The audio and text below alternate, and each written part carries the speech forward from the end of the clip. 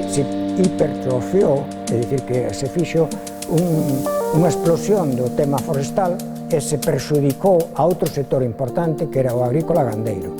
É dicir, que aquí hai un mercado moi importante de produtos galegos que podían estar en marcha e que non están por culpa do pino e o eucalipto. Claro, ten que volver unha economía que permita que a xente poda vivir no rural e, ao mesmo tempo, darle as condicións para poder vivir exactamente igual que poden vivir nas vilas ou que poden vivir nas cidades, claro. E, por outro lado, hai que pensar que os incendios forman parte do que é a estrategia non só do forestal, sino tamén das industrias, é dicir, non só a estrategia botánica de ocupación de máis territorio, que é unha forma que teñen estas especies, e ao mesmo tempo de estrategia a nivel económico.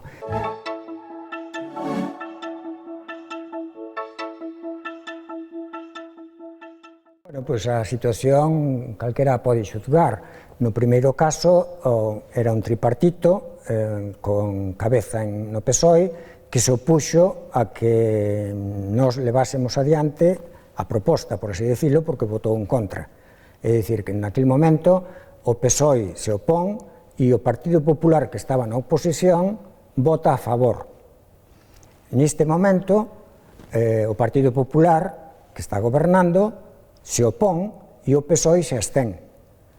A conclusión, desde o meu punto de vista, é que nin o PSOE nin o PP son capaces de levar adiante unha alternativa forestal como a que a Adega defende ou como a que eu plantexo, non? É dicir, que a cuestión está en que nos vemos inmersos de novo nunha política forestal en donde se prima ao piñeiro e o eucalipto como especies fundamentales, especies de crecemento rápido e que son de madeira barata, por así decirlo, en donde estamos producindo casi do orden da mitad de todo o que se produce no Estado de toda a madeira, o cal Galicia é unha reserva forestal tremenda, porque o forestal é un sector, a madeira é un sector en Europa deficitario e no Estado español é deficitario, é dicir, que nos encontramos que producimos do orden de 8 millóns de toneladas cando no Estado se producen 14, 16 millóns de toneladas.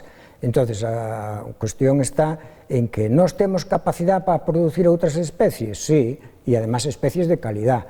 Nas repoblacións forestales que fan en Alemania ou que fan en Francia, fan repoblacións forestales a corto, medio e a longo plazo. É dicir, fan repoblacións a 30 anos, a 60, a 100 e hasta 200 anos. Aquí en Galicia o único que se fan son repoblacións para cortar nin siquiera en 15 anos. É dicir, que nin siquiera se deixan medrar as especies porque como palillos a madeira se leva para a celulosa. Entón, esa é a situación. É dicir, que nós cumplimos un papel dentro do Estado, un papel que antes falei dil, que era o de ser produtora de electricidade para o mercado español, para o País Vasco, incluso para exportar, e tamén un papel importante forestal, é dicir, son dous papeles moi importantes, non? A nivel forestal somos a despensa, por así decirlo, de madeira do que é o Estado español. Bueno, se determina a política forestal galega, é dicir, a política forestal galega, quen a marca non é o goberno galego, quen a marcan son as empresas forestales e, en todo caso, pois aí temos a ENCE e a FINSA como as grandes beneficiadas desta política forestal. Entón, a cuestión está en que somos grandes produtores de pasta de papel, somos grandes produtores de tableiro, pero nos falta parte do proceso seguinte, que é o que dá os postos de traballo e o que menos contamina. É dicir, nos falta a fabricación de papel, que só producimos unha cantidad insignificante que non chega ao 1%, e, por outro lado, pois resulta que todo o que é a industria relacionada ca carpintería e relacionada con a ebenistería e con muebles e demás, todo eso se reduciu nos últimos anos. É dicir, que zonas tan importantes como Sarria ou como a Estrada, que antes eran, digamos, indicadoras de que a cousa iba aceptable fai 25 anos ou así, agora xa prácticamente quedan reducidos a un marxen moi pequeno.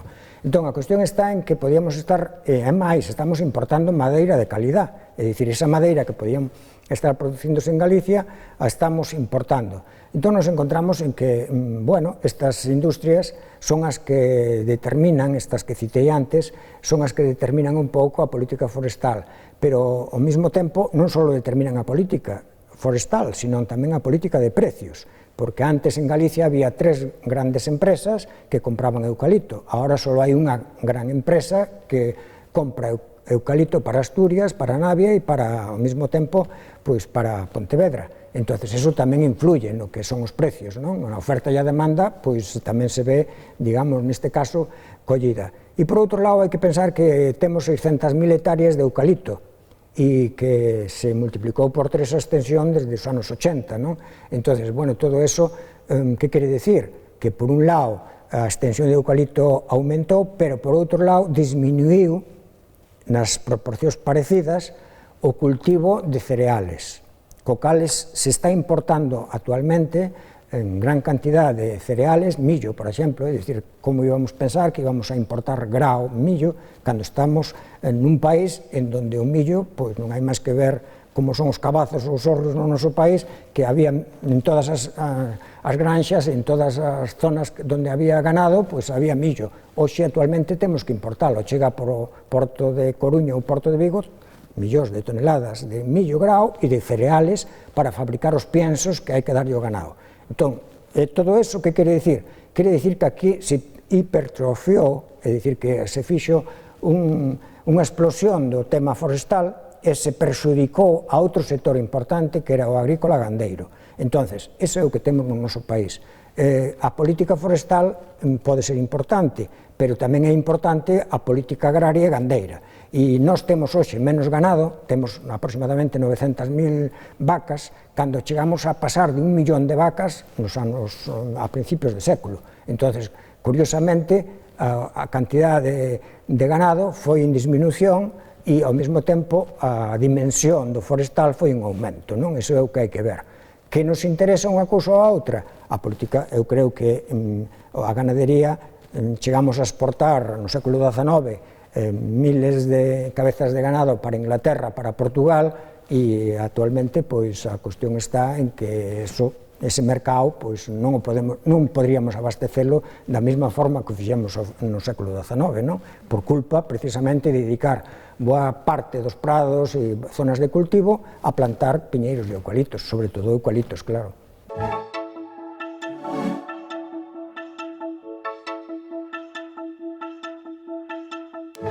Vamos a ver, o piñeiro foi unha especie que se plantou moito antes que o eucalipto e que antes a celulosa era a base de piñeiro máis que de eucalipto.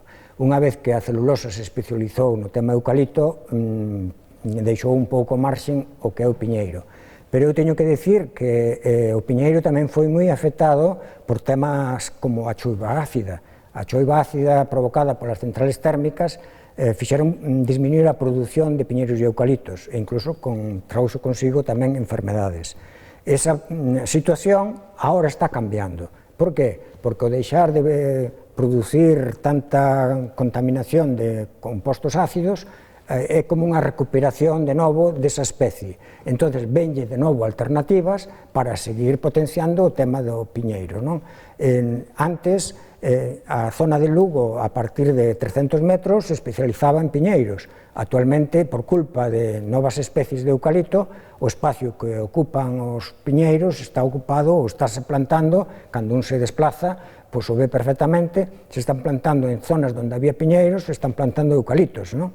Entón, a cuestión está en que hai unha demanda importante, porque a madeira para a serra e para os tableiros, as fábricas de Finsa, traballan con bastante piñeiro, non? E ao mesmo tempo hai unha demanda tamén de piñeiro. Entón, se volve por varias razóns que son económicas fundamentalmente, pero non porque o país demande esa especie en concreto, porque nos sitios onde medran moitos piñeiros ou eucaliptos podía estar outro tipo de especie porque xa ocupan terras de boa calidade en algúns sitios. O sea, o que pasa é que se plantou indiscriminadamente tanto pinos como eucaliptos en terrenos de terras aceptables, non? Incluso abandonadas e demais. Que unha ordenación do territorio levaría tamén a unha ordenación das plantacións. É dicir, hoxe o que temos é unha extensión, digamos, 600.000 hectáreas de eucaliptos. Cantas están ordenadas para a produción? Porque non é só plantar. Pois están menos de 150.000 hectáreas están ordenadas. Se podía estar producindo moitísimo máis ca mitad da extensión que temos. se estuvesen ordenados e se fose ao mesmo tempo unha xestión en donde realmente fose equiparable ao que fan agora en outros países europeos, digamos que nos levan anos co tema forestal, non? Entonces nos encontramos en que non fai falta unha extensión grande para producir moito, se pode producir o mismo e se pode incluso producir máis se está ordenado o territorio en extensións máis pequenas, en unha extensión máis pequena que o que hai actualmente. Non se necesitan 600.000 hectáreas de eucalipto, é o que quero dicir, en conclusión. E logo, temos unha demanda moi importante de madeira de calidad. É curioso que, por exemplo, o whisky Macallan, este irlandés, ou das zonas inglesas e demais, hai dous whiskies que teñen os seus whiskies como embellecidos en barricas de castaño galego. Eso, evidentemente, hai na provincia de Lugo, hai un aserradeiro que se dedica a cortar madeira que envían a Jerez, a zona de Andalucía, e entonces que fan?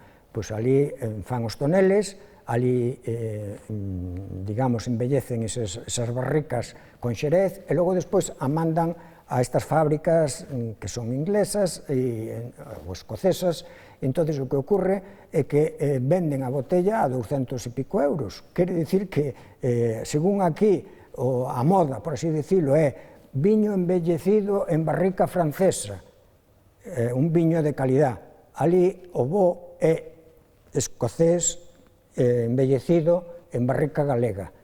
Non deixa de ser curioso, pero para iso fai falta ter carballos e castaños de determinadas dimensións, ben cuidados e demais. É dicir, ter explotacións donde o forestal de árboles nobles, de carballos, castiñeiros e outras especies, pois estén, digamos, aí.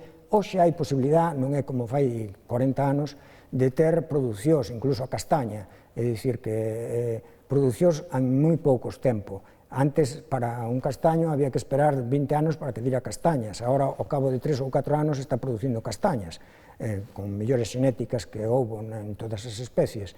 Entón, nos encontramos en que hai unha demanda tamén de castañas que a veces xa non están abastecendo o mercado galego. Hai que compralas fora para poder producir un xamón a base de castaña ou producir nunha granxa carne abastecida con este tipo de produtos, non? É dicir, que aquí hai un mercado moi importante de produtos galegos que podían estar en marcha e que non están por culpa do pino e o eucalipto, claro.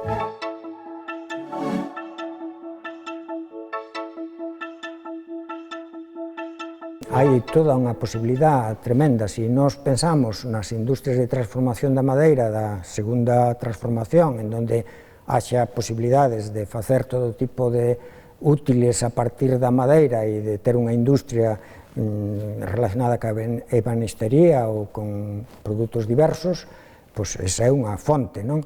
Logo, pois, todo relacionado co monte galego, é dicir, aí temos non só a posibilidade de apicultura, sino de ganadería de montaña, en donde podíamos estar competindo coas mellores carnes do mundo, se tuviéramos animales en liberdade, e que ao mesmo tempo, pois, que non nos preocupara demasiado se ven un lobo e se come 2 reses, non? Por que? Porque o que morran de inverno por frío, 3 reses dun conxunto. Por que? Porque aí non nos costaría nada aproveitar o noso matorral. Hai algunha política oficial que fala precisamente de que desaparezca ao máximo o matorral. É unha burrada, non? É dicir, que nos encontramos en que o monte, o matorral, pode producir para mel, pode producir para ganado ovino, por exemplo. Nós chegamos a ter no século XIX do orden de casi 2 millóns de cabezas de ovellas. Hoxe, o censo non pasa de 200.000. Entonces, resulta que antes éramos autosuficientes en cereales, como decía antes, en millo, en trigo, en centeo, e éramos autosuficientes no que era para abastecer a este ganado, tiñamos máis ganado que agora, e agora resulta que estamos asfixiados nas granxas porque hai que comprar todos os produtos e hai que comprarlos no mercado o precio que nos marca o mercado. Vaya avance tuvemos e vaya modernidade tuvemos, é dicir, que vamos para atrás en moitos aspectos. E este é un diles, é dicir, que podemos aproveitar un monte con moitos recursos, plantas medicinales, podemos aproveitala con mel, podemos aproveitala con ganado puxen o ovino, pero pode ser ganado incluso maior, no sentido de cabezas de ganado vacuno, que podes andar en libertad, ou mesmo cabalos, é dicir, aquí toda a legislación foi para acabar ca cabaña que andaba no campo, non por libre, entonces houve toda unha serie de normas, hai moitos menos cabalos hoxe no Morrazo, en todos os montes que antes había, pois que fai 50 anos. Entón, todo eso hai que pensalo para o rural, no sentido de que ten que volver unha economía que permita que a xente poda vivir no rural e, ao mesmo tempo, darlle as condicións para poder vivir exactamente igual que poden vivir nas vilas ou que poden vivir nas cidades, claro. É dicir, non retirarlle posibilidades sociales para que queden aislados e que non teñan nin internet, non teñan... É dicir, todas as posibilidades que hoxe temos teñen que disfrutalas tamén no medio rural.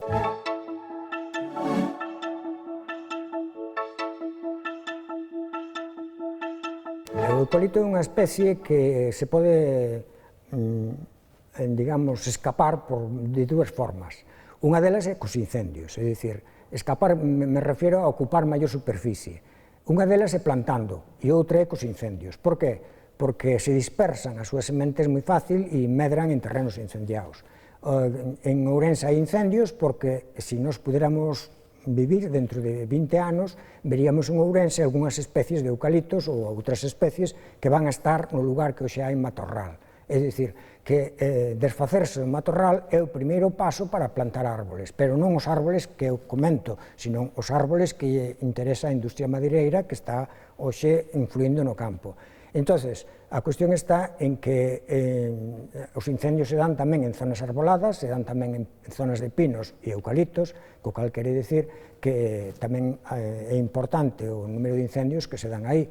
E, por outro lado, hai que pensar que os incendios forman parte do que é a estrategia non só do forestal, sino tamén das industrias, é dicir, non só a estrategia botánica de ocupación de máis territorio, que é unha forma que teñen estas especies, e ao mesmo tempo de estrategia a nivel económico.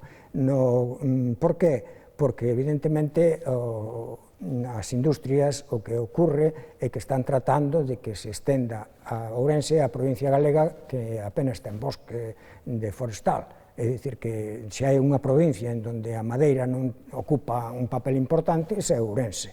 Eso non sucederá no futuro. É dicir, eu vexo, non son pitoniso, pero vexo que o futuro vai para poñer tamén esas especies en zonas onde hoxe non as hai, así de claro, non? E, sobre todo, pensando en que en Portugal está prohibido incluso a plantación de determinadas especies, como é o caso do eucalipto, non sería raro que, dado que queda cerca tamén de Portugal, que algunhas empresas que están pensando neste momento en alquilar montes ou en plantar na zona do sur da provincia de Pontevedra, pensarán tamén en Ourense como un futuro próximo, non? Porque elas teñen necesidades precisamente de máis cantidad de madeira de eucalipto. De novo, estas empresas pois actuarán sobre o territorio, influirán a nivel administrativo e a nivel político tamén no que é a administración do Estado ou a administración galega e tratarán de precisamente influir para tratar de ter, digamos, unha cantidad abundante, por así decirlo, para poder producirles o que están producindo, que é a celulosa e o papel, non?